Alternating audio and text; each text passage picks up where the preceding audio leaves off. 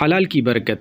ترکی کے 10 شہروں میں 9 لاکھ سے زائد عمارتیں تباہ ہو گئی ہیں، جن میں بڑے نامی گرامی بلڈرز کی تعمیر کردہ اونچی بلڈنگز بھی شامل ہے۔ ان تمام بلڈرز کے نام ACL میں ڈال کر ان کی گرفتاری جاری ہے۔ یہ بزرگ آئدن دروسن بھی ایک بلڈر ہیں۔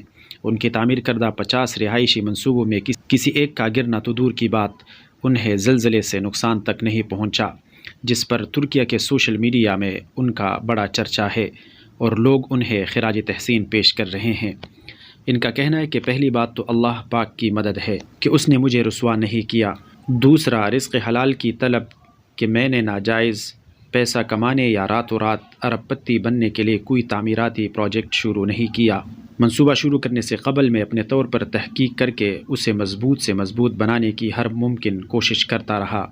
میں نے تعمیرات کا کام ویسے ہی شروع نہیں کیا، یہ ہمارا خاندانی پیشہ ہے۔ آئدن کسی یونیورسٹی سے تعمیرات کی جدید تعلیم سے تہ دست ہیں، مگر باپ کی وصیت پر عمل پیرا ہے کہ بیٹا 4 کی بجائے 1 پیسہ کما لو، لیکن کام پائیدار طریقے سے کرو۔ چونکہ یہ علاقہ زلزلوں کا مرکز ہے، آئدن نے اس بات کو مد نظر رکھ کر پروجیکٹ مکمل کیے تاکہ ان کا نفع حلال ہو۔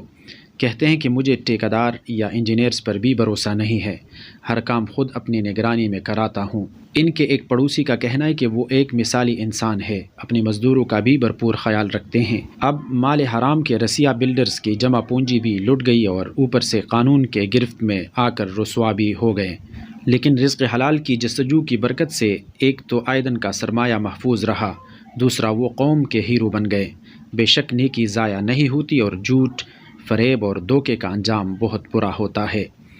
ویڈیو دیکھنے کے لیے شکریہ۔ ہماری اس YouTube چینل کو ضرور سبسکرائب کریں۔ اللہ تعالی ہم سب کو رزق حلال کمانے کی توفیق عطا فرمائے۔ آمین ثم آمین یا رب العالمین۔